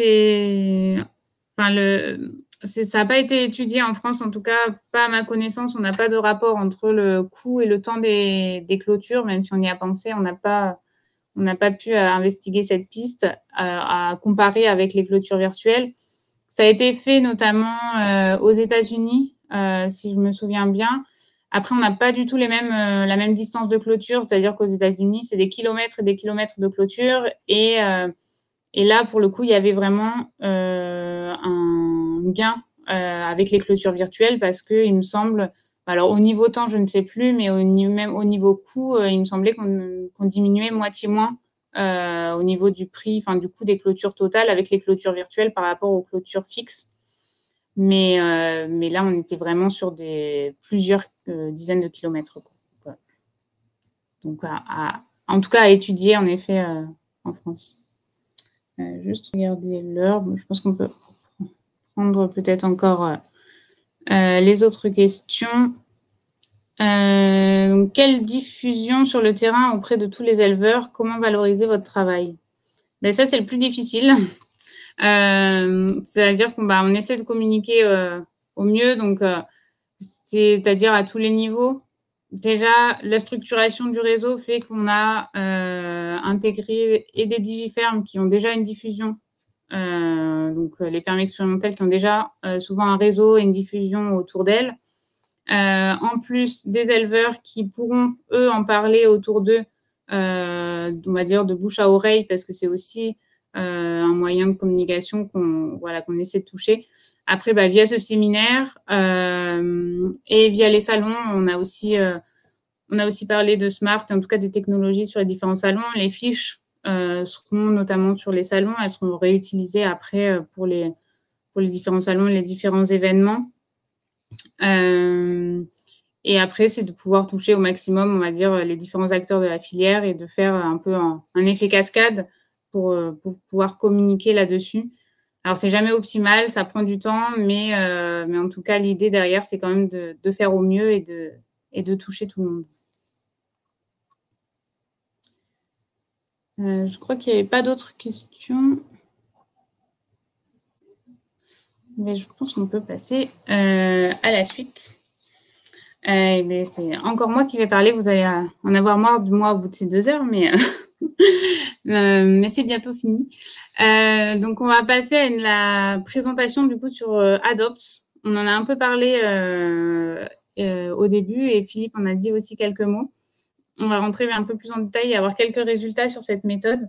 Donc, l'idée de la méthode Adopt, c'est d'estimer le taux d'adoption d'un outil via un questionnaire et via les échanges au niveau, alors là, c'était des groupes d'éleveurs avec souvent aussi un technicien ou un chercheur, enfin voilà, quelques autres acteurs. On peut totalement imaginer ça à d'autres niveaux, simplement au niveau d'un groupe de techniciens, d'un groupe de conseillers, d'une entreprise. C'est vraiment un outil qui peut être transposé partout à partir du moment où on veut faire la démarche.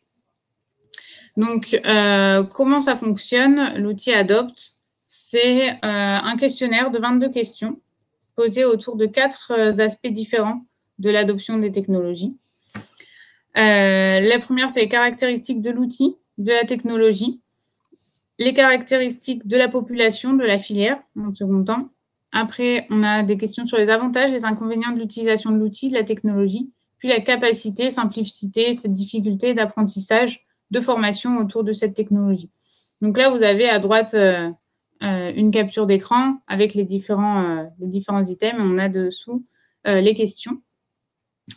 Au niveau des questions, plus précisément, alors je vous ai mis quelques exemples de questions parce que c'était trop long de tout mettre, de tout passer en revue.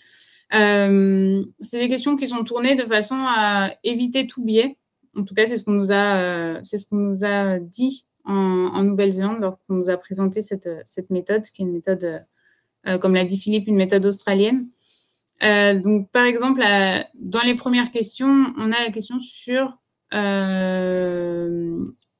la motivation finalement des éleveurs vis-à-vis de l'environnement, qui est posée de la façon suivante. Quelle proportion de la population cible? Donc, la population cible était à choisir. Donc, souvent, nous, on prenait par filière, filière au vin viande, filière au vin lait, filière caprine en France. Donc, quelle proportion de la population cible a la protection de l'environnement naturel comme motivation forte? Et donc, à cette question, on avait plusieurs choix de réponse qui allaient de pratiquement personne à presque tous. En général, c'était entre 6 à 8 choix de réponse. Et nous, ce qui a été fait dans les différents ateliers nationaux, c'est qu'on utilisait l'outil Mentimeter pour que les éleveurs répondent d'abord individuellement sur leur téléphone et qu'après, vis-à-vis du résultat, on discute qui a mis quoi, pourquoi. Et après, c'est là qu'on avait des fois des changements d'avis ou en tout cas qu'on choisissait, qu'on faisait un compromis sur la réponse à la question. D'autres exemples de questions pour brosser un peu tous les items, c'est par exemple quelle proportion de la population cible se trouve dans les conditions de contraintes financières sévères à court terme. C'est-à-dire, quelle proportion finalement d'une filière ou des éleveurs au vin lait se trouve dans des conditions presque de faillite ou en tout cas des conditions difficiles au niveau économique. Et là, pareil, on avait plusieurs choix de réponse entre pratiquement personne et presque tous. Donc, ça permettait vraiment de brosser tous les aspects. On allait du côté environnemental, au côté économique, au côté aussi les risques que sont prêts à prendre les éleveurs. On avait des questions là-dessus. Ça peut être aussi dans quelle mesure l'adoption de l'innovation peut-elle être inversée. Donc, il y avait cette question de finalement, une technologie qui est simple à mettre en place et qu'on peut enlever sans trop d'impact, a aussi un impact sur l'adoption. Donc, d'où la question avec différents choix entre pas du tout réversible à très facilement réversible. On avait aussi des questions sur tout ce qui est formation, en tout cas l'acquisition de nouvelles compétences. Donc, quelle proportion de la population cible, donc d'un groupe d'éleveurs, des éleveurs par exemple au vin viande, devra acquérir de nouvelles compétences et connaissances pour utiliser l'innovation, pour utiliser l'outil qu'on avait choisi. Donc, pour ces questions, donc comme à chaque fois, on avait plusieurs choix entre pratiquement personne et presque tous. Peut-être ce que je n'ai pas dit, c'est qu'au début, avant de faire un questionnaire, Adopt, on se mettait d'accord avec le groupe sur la technologie à étudier, forcément sur l'outil numérique. Donc, on a fait des questionnaires, par exemple, sur l'autopesée, sur les clôtures virtuelles. Voilà, ça a été fait aussi dans d'autres pays.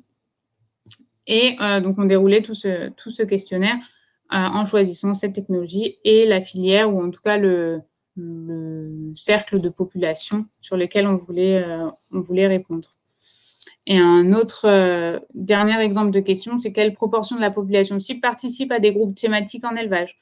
Donc là, c'est pour capter finalement la communication autour de cet outil. Est-ce que la communication autour de l'outil ou le bouche à oreille va avoir un impact sur la diffusion, sur l'adoption de ces technologies.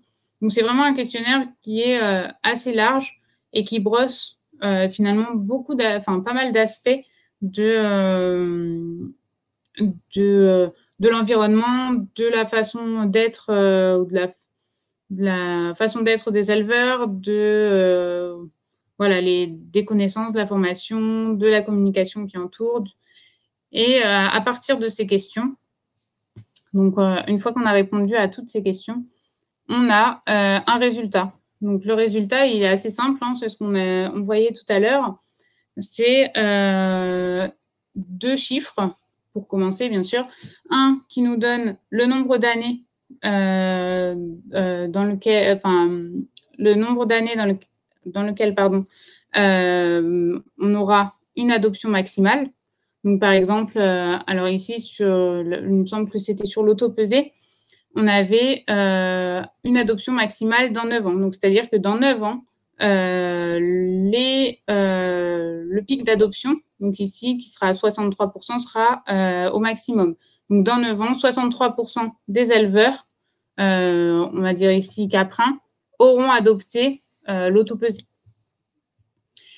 À côté de ces résultats-là, on a aussi plus de détails sur qu'est-ce qui a un impact sur le pic d'adoption. Donc ici, c'est une représentation du pic d'adoption avec ici dans 9 ans et les différentes possibilités. Donc en bleu, c'est au milieu, je ne sais pas si vous voyez bien, en bleu au milieu, c'est le résultat qu'on a eu. Et en vert et en rouge, c'est l'impact qu'il peut y avoir si on avait changé la réponse à une certaine question. Donc ici, c'est sur la question de la connaissance et la quantité de connaissances à adopter, enfin à avoir, pardon, pour utiliser cet outil. Donc finalement, si on dit qu'il y a peu d'éleveurs qui doivent apprendre de nouvelles connaissances, on va diminuer le délai pour arriver à un pic d'adoption maximal.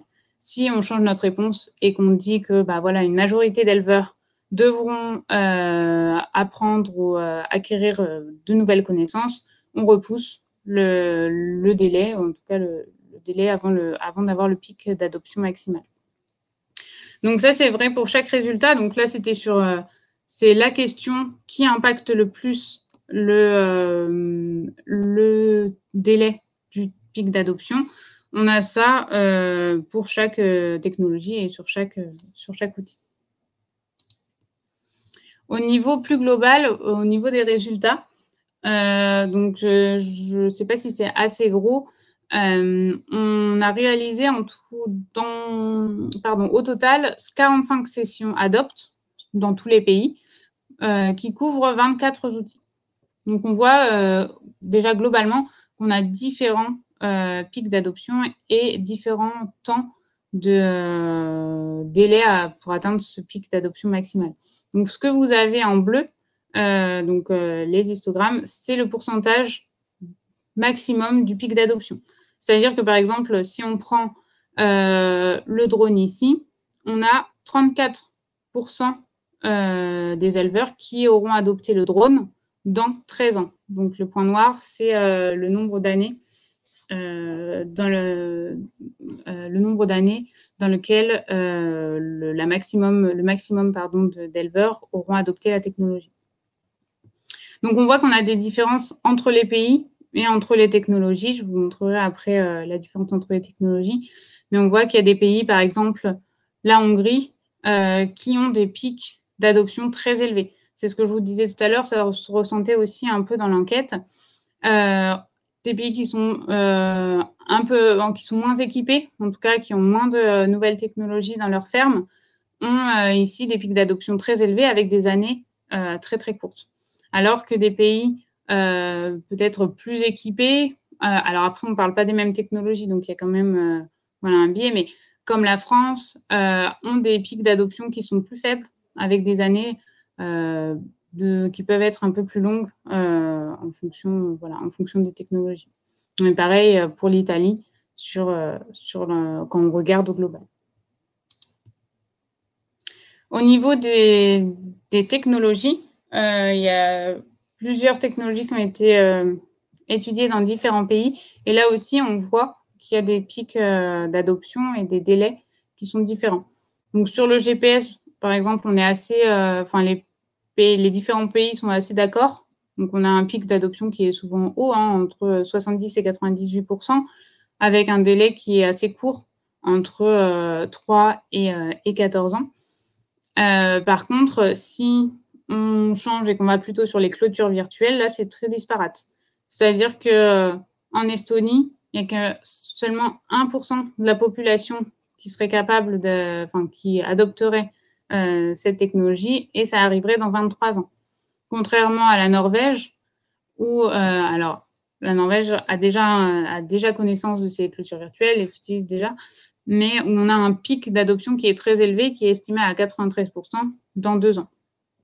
Donc voilà, on a des différences assez strictes là-dessus, qui dépendent et des systèmes d'élevage et de la connaissance de l'outil, comme l'a très bien dit Béatrice tout à l'heure.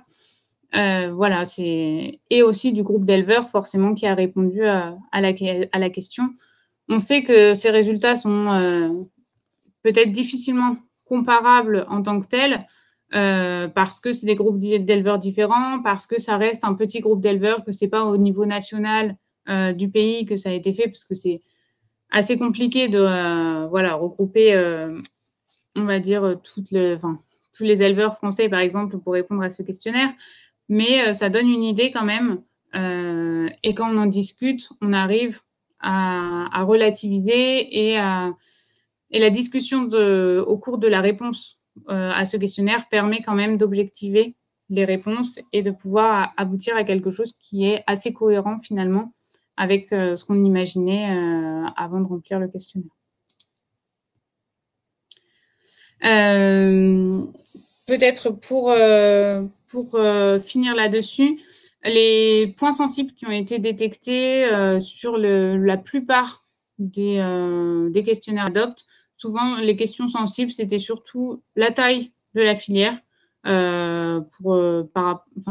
qui modifiait en fait le niveau d'adoption maximal. C'était soit la taille de la filière, soit les bénéfices potentiels au cours des années d'utilisation de la technologie, par rapport notamment aux bénéfices prolongés de la technologie. Et pour le pic d'adoption en lui-même, donc le temps nécessaire pour atteindre ce pic d'adoption, il était sensible à la nécessité de développer de nouvelles compétences et de connaissances et aux besoins d'apprentissage et de formation sur la technologie. Donc pour en savoir plus, il y a des petits 4 pages qui ont été rédigées qui synthétisent un peu ces... il y en a un sur la méthode ADOPT et d'autres sur les autres sujets. Donc voilà, rapidement pour conclure avant de laisser la parole. Donc il y a eu 45 sessions ADOPT sur les 24 outils. On voit bien des différences entre les pays, entre les filières, entre les outils. Voilà, c'est étudié, ça reste à étudier, mais ça paraît assez logique en fonction des différents équipements, en fait, différents niveaux d'équipement des différents pays. Et des questions qui impactent l'adoption, c'est notamment la taille de la filière, la formation des compétences et forcément les bénéfices à long terme de l'outil. Et je vais maintenant laisser la parole à Laurent Poulet, qui va se présenter, mais qui a participé du coup au projet Smart. Ok, Tu m'entends bien, Laurence? Ça va? Oui, on t'entend bien. Ok. Bon, donc je me présente. Laurent Poulet, je suis éleveur de chèvres en Ardèche, en GAEC avec mon épouse. Nous avons donc sur le nord Ardèche un troupeau caprin de à peu près 190 bêtes, pâturant et qui fait du lait en livraison pour l'AOP Picoton.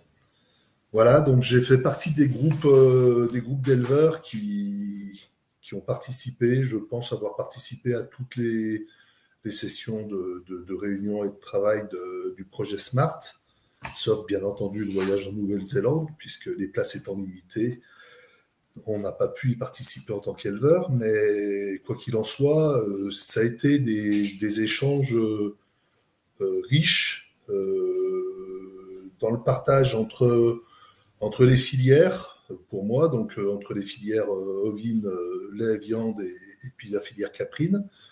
Un petit regret, c'est que les 4 exploitants caprins qui étaient dans le projet étaient tous les 4 en gros de notre secteur Drôme-Ardèche et on se connaissait, donc ouais, j'ai un peu de regret qu'on ne soit pas arrivé à mobiliser des éleveurs caprins de l'ouest de la France avec des systèmes différents.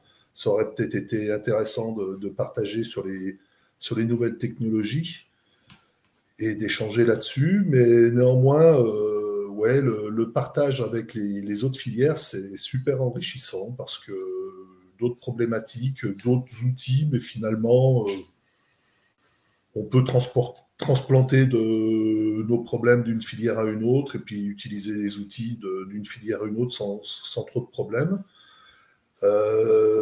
Je vais pas faire. Enfin, Béatrice a déjà fait un listing de tout ce qu'on avait fait dans les échanges, donc on va pas revenir dessus. Je rajouterais peut-être quelque chose, notamment, moi, il y a une chose qui m'a assez surpris, c'est dans les pays étrangers, les structurations de recherche et développement sont pas faites comme chez nous. On est allé notamment en Écosse, on est allé voir des éleveurs ovins qui géraient eux-mêmes leur unité de sélection chez eux, donc en gros qui faisaient leurs mesures, leurs index, leurs propres index, et qui vendaient des béliers avec leur vision de la sélection génétique. Et c'est assez surprenant puisque nous, on est habitués à avoir des structures nationales qui gèrent ça avec une vision plus filière que locale, comme chez eux.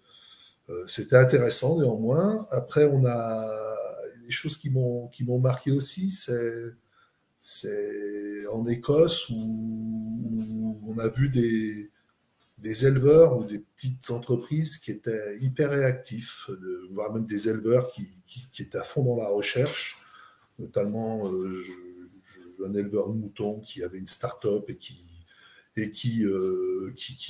n'hésitait pas à innover dans de la nouvelle technologie comme les puces, les colliers GPS et puis d'autres technologies comme ça. Moi, ce que ça m'a apporté, parce que Laurence m'a demandé de dire un peu de ce que ça m'a apporté directement, ouais, j'ai découvert pas mal de choses, notamment les clôtures virtuelles, ça fait briller les yeux. J'ai même pu les essayer chez moi et voir que ça marchait super bien.